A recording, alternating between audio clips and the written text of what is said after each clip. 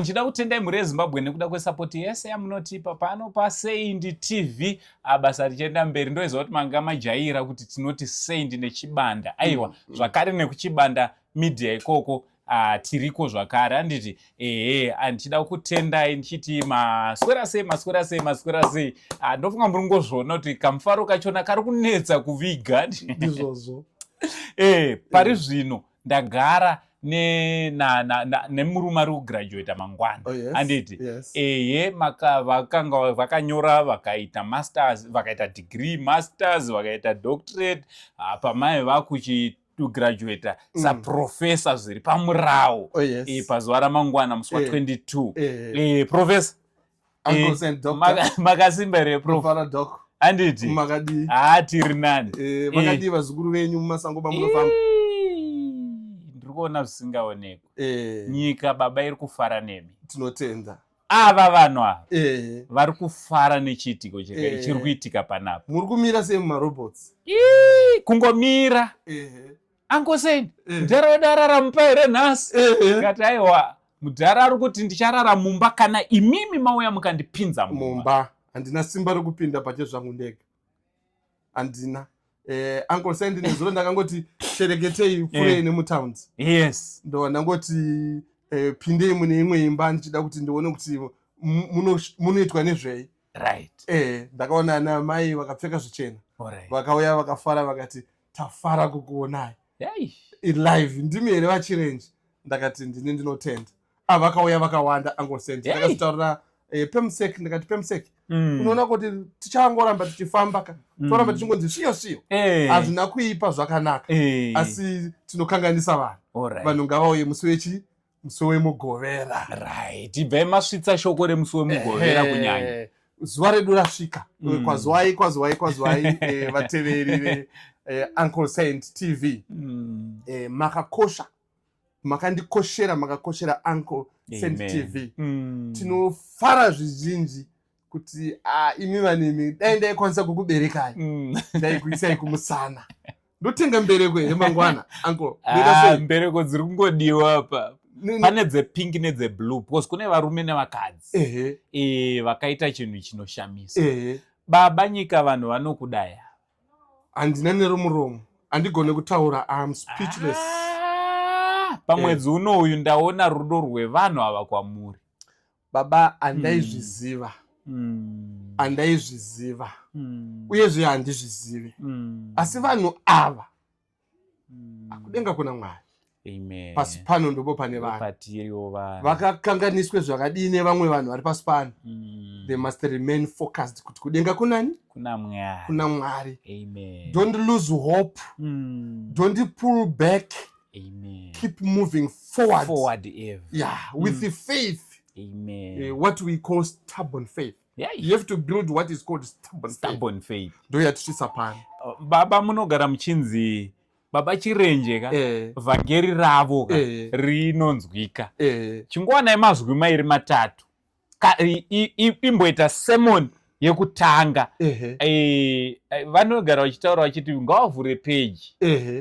Aiwa, chemo chenyu takachinzwa. Chakasvika. Baba Chirenje vari kuzovhura page. Yes, Chirenje Diaries.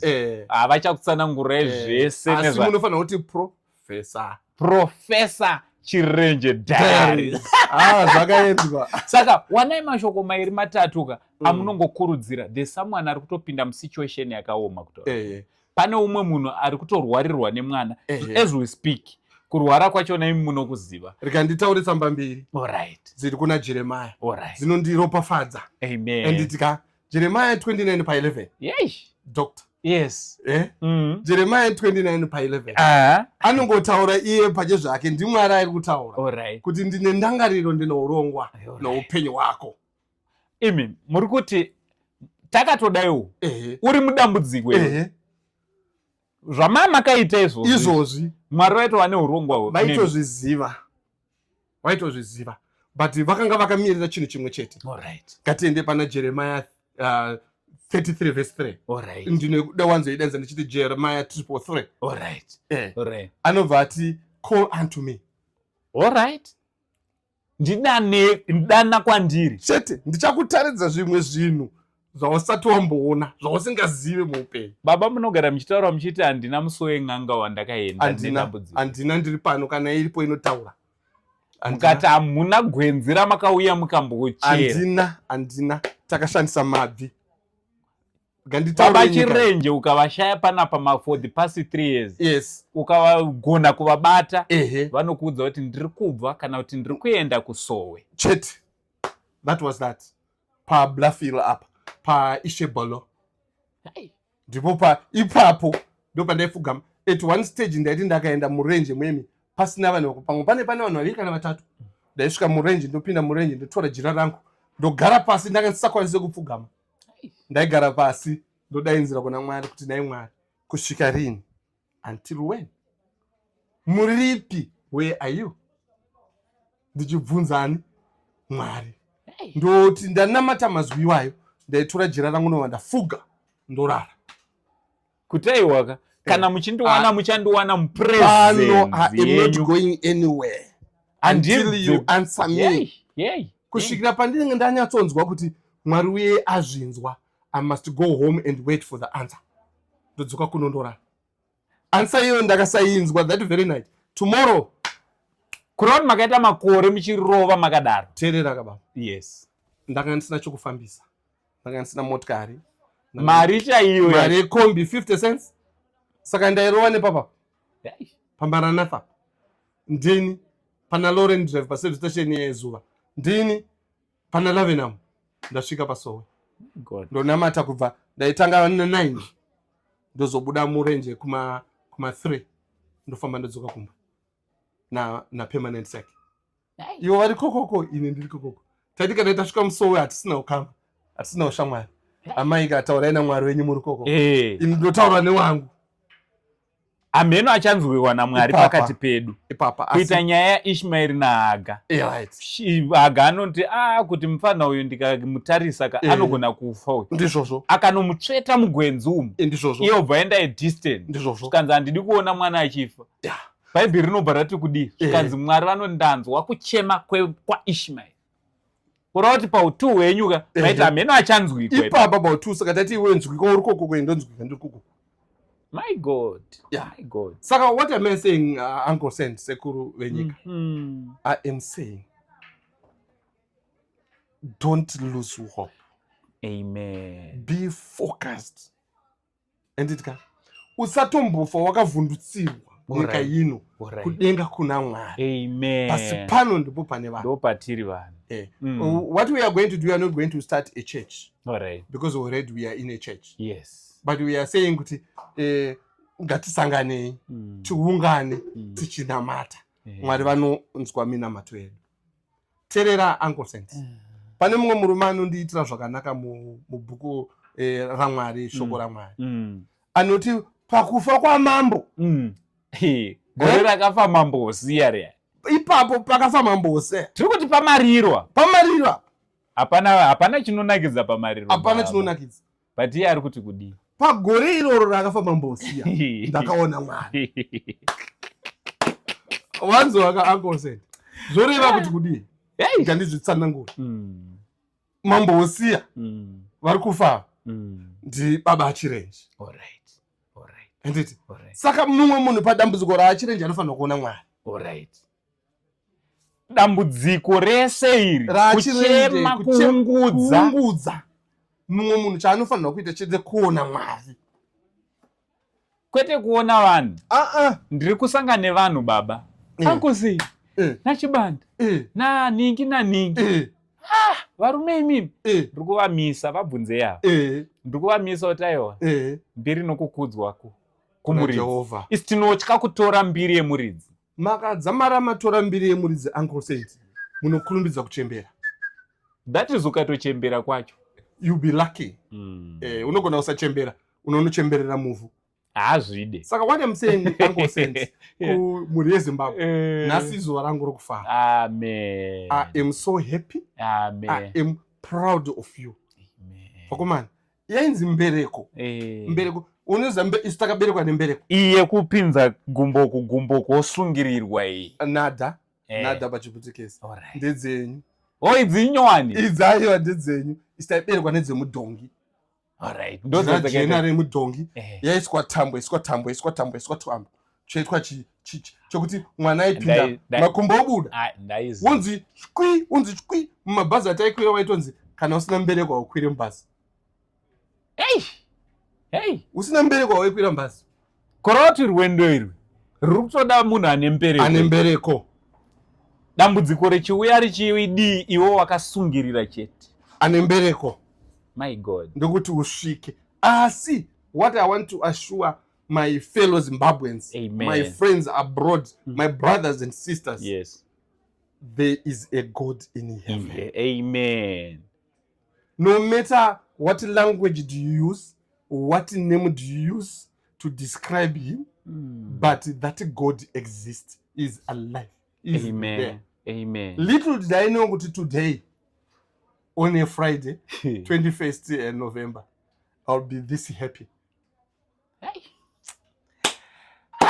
Bhuku rinobharati chiko ndiri kubhuku Job ichinopera uku kupera kwaJob zvinonzi Job akapihwa vana vasikana vanga vakanaka hanzi munyika imomo muuzi imomo manga musina mumwe mwana anga kanaka kurava kuti pakupedzisira kwenyaya yemunhu uyu akatitarisa izvezvi ari kuchema ane dambudziko ari kuungudza bhaibheri rinobva rati kudii iziti yaJob 42 here kana ndisingakanisi 42 kana 46 asa isvika 46 I think 42 verse number 5 kana ndiregerei kana ndaresva ndizvozvo but verse yachona inoti ndio bhuku rokupedzisa raJob right rinobva yati uyu mwari uyu ndo verse yandinoda kusiyira baba vachirenji right uyu mwari uyu ndaisingoita mwari wekunzwa nekunzwa kwenzeve nevanhu vachitaura vamwe ndo vaitaura zvamwari uyu but iye zvinoka ndaakuita mwari wekuona kuona kwemeso ndo zvinotaura Job ndizvozvo kuti ndaita wekunzwa vana baba nana mai dai mwari akakuitira zvakanaka usati wavhara aiwa ndisi kuda kuvhara iya ndichaivhare ndirinike Job zvaari kutaura kuti ndakaona mwari nemaziso right haasi manga hakusi kunyepa mwari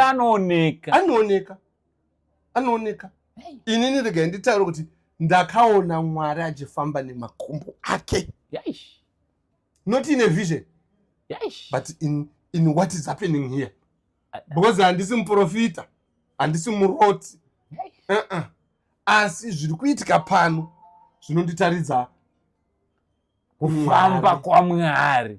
Just that. Pane wave yokufamba kwaMwari yekuti ndinonzwa mutsindo pasina mutsindo. Ndinonzwa mutinimira. Pasina ari kunzwa mutinimira. My God, my God, my God. Inini zvandichaitaka. I'm not going to stop today or tomorrow navachirenji. Takutoenda mberi ndichapota vane pavo pavachange vachipinda vachikurudzira umwe nyika yezere matambudziko vanhu ava vamwe vari kuuya izvezvi tina mai vauya panapa vakati handisi kuti ndinazvo ndashaya chekuti ndodi but ndakuuya kuti ndizotorawo nyasha chete nyasha kureva kuti vaona Mwari pasituation ipapa ndo pandiri kutaura kuti izvo pakafa mambo vai mumwe munhu akaona Mwari amai vauya vana kuuya vari maoko chete vauya vane kapasuru kavo kadiki kakatikoshera nokuti isusu tiri kuti zvidiki zvihombe zvakatikoshera tiri kutambira nemaoko maviri vakabva vati vachirenji inini chandauya handina zvizhinji ndauya kuti ndizotapura nyasha nokuti ndaonawo nyasha mumaziso angu saka ndoda kubatsira vari kuklina. My God. Takati aiwa endai munoklina zvenyu pindai munotaura nevasikana varimo vane kupewa kanzvimbo kenyika diki asi don't interfere with them. Yes. Vakati aiwa ndinongopiwa pane tomarara ndotsvaira ndobuda ndovasiya vachiita zvavo kuti basa ravo. My God. Munhu anzwisisa kufamba kwaMwari. Dambudziko ratiri kuita nderekuti kuna vanhu vasingaone chaMwari baba. Ndinotenda. Pane vanhu profesa vasingaone kuti pana Mwari ari kuonekwa. Inini panapa ndiri kumuona Mwari. vakuru vakati chikomo chiremera vari kure vari pedo vanotamba nacho. Wazvinzwa? Amai ava vatofamba chinhambwe kuuya kuzotapura nyasha. Handisi kureva kuti ndine nyasha kana kuti I'm perfect before God. No. Ivo ndo vanzwa kuti apa panapa ichi chine nyasha dzakawanda mukati. Dzandine ndinotapurawo. Vakabva vayava vatapura. Handitendedzwe zvangu kuparidza nokuti handisi muparidzi. Asi shoko iri rinonakidza rinotapira. Mwari uyu is everything. Ani Mwari wenyu wamunonamata ndinomuda oba. Mwari aonekwa panapa. Ini ndinoda kuti aonekwa kumba kwangu. Ndine vhesi randinemba kana ndiri kumasoyo kwatinonamata. Ndiimbe dai permanent seke vari padhuze. Mangwanaka. Vanhu mukabhadhara zvakanaka ka ichaimbwa na Pemseke. Saka ngatiti mangwana Pemseke varipo. Ndo mira navo. Ndo dainzira vhesi iroro. Pemseke vachidaira. Ndisafano pfumbura. Ndisashamure hapwa. Ndozoimba na Pemseke mangwana. Vanhu vaitizwa hapana Pemseke. She has been here when we started building this house. Vainge vari kuSouth Africa. Ndichiti kana mari yapera, unoza mari dzeparodi dzinombopera, dzinombopwa. Ndototeta amai. Zvese zvakaitwa mukati umu zvamuri kuona matiles ese amuri kuona. Ndakanga ndiri kumusha ndichichera makomba. Ivo vaingoya kuno kuManthens votora vogadzirisa. Saka she has been here for a long time. And she's the only person who is on my heart. Do death as our part. Amen. Rufukana rwatozongouya pakati pedu. Atanga aita sei? Atanga. Zvimwe zvese hakuna. Zvaifanira zvaka situation iyi baba. It was worse than death. Yes, it was worse than death. Why? Because musatambe nekugara panze muchiziva kuti tine mari yedu mukati. You see this little daughter of mine. Aita akauya semawira aita. Vairara mukati umu na mai vavo. Inini ndairara apa. Because my neighbor here, Baba Shelton, rimwe zuva vachidumbura apa, vakaona a snake, a black mamba. Wazvinzwa ka Uncle Sense. Takairova takaiuraya. Rimwe zuva tataenda kuchechi. Ndokubva tadzoka late around 6-7. Takaona tina hama yedu inogara munomu inonamata ZCC pano just across the road. Takaona atuma vana vakagara pamadhagari panze pamunopaka motikari. Akati baba vati vachirenje takugarirai panapa musapinde mumba umu.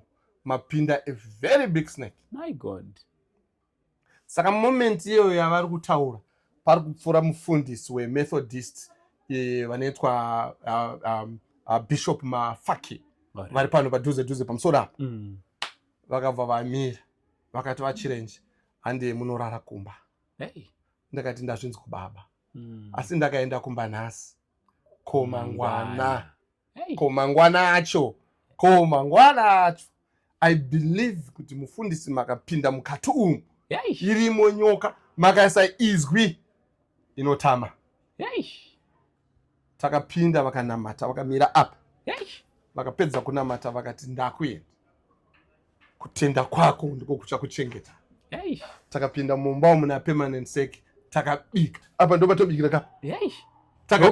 Ndopa kitchen apa. Pakatobikwa ipapa. Takaenda mumba umu takarara. Hatina chatakawana.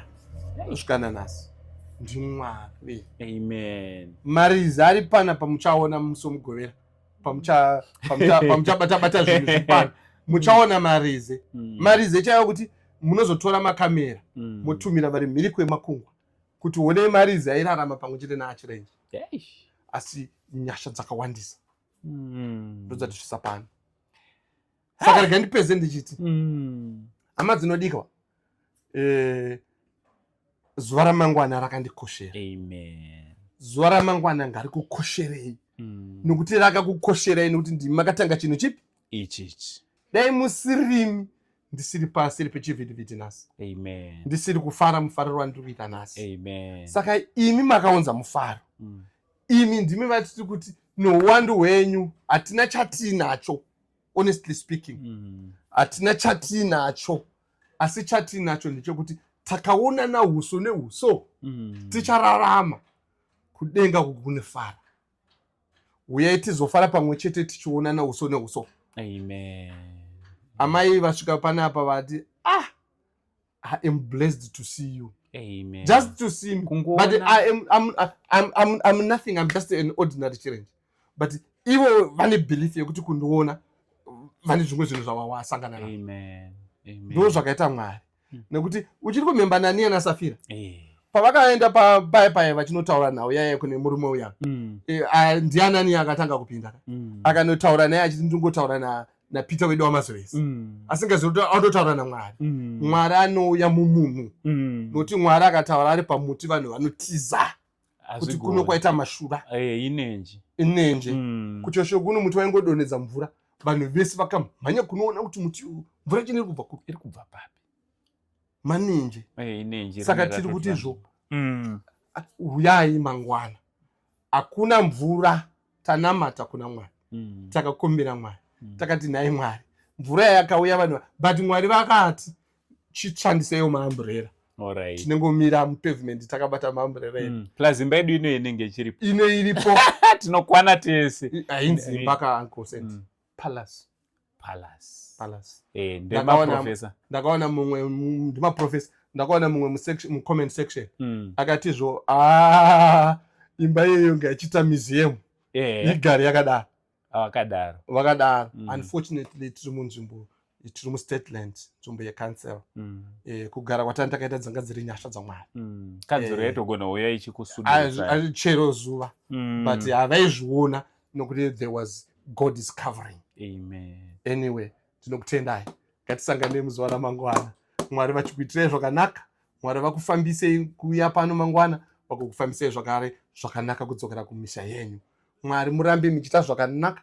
Inini ndicharamba ndiri pano pa Uncle Saint TV. Nechibanda. Kana makanzi murikuenda Buluwayo, take me, go with me. Tonotaura kuti zvinoitwa naMwari zvakafamba sei. Ndakutendai sekuru venyika, Dr. Uncle Saint. Ndakutendai. Vazukuru venyu ava vanodadisa. Indini umwe wevanhu anopererwa nawo. Vanodadisa vanhu. Inini ndinopererwa nawo vanhu. Vanodadisa. Mwari wekudenga akuitire zvakanaka, Mwari wenyasha zhinji akukomborerei. Mangwana musi wa22 na 12 o'clock mwana wese, munhu wese pano, muzukuru wese, hanzvadzi yangu yese, pano pamba paProfesa Chirenje naPemseki, tichivapinza mumba mavo. Kana tichirumwa nemarize, ngatirumwe tiri tese tiinawo. Mwari wekudenga achikuitire zvakanaka. From Uncle Saint, Uncle Saint, Dr. Uncle Saint, na Professor Chirenje. For now, it's much love and God bless you. We thank you.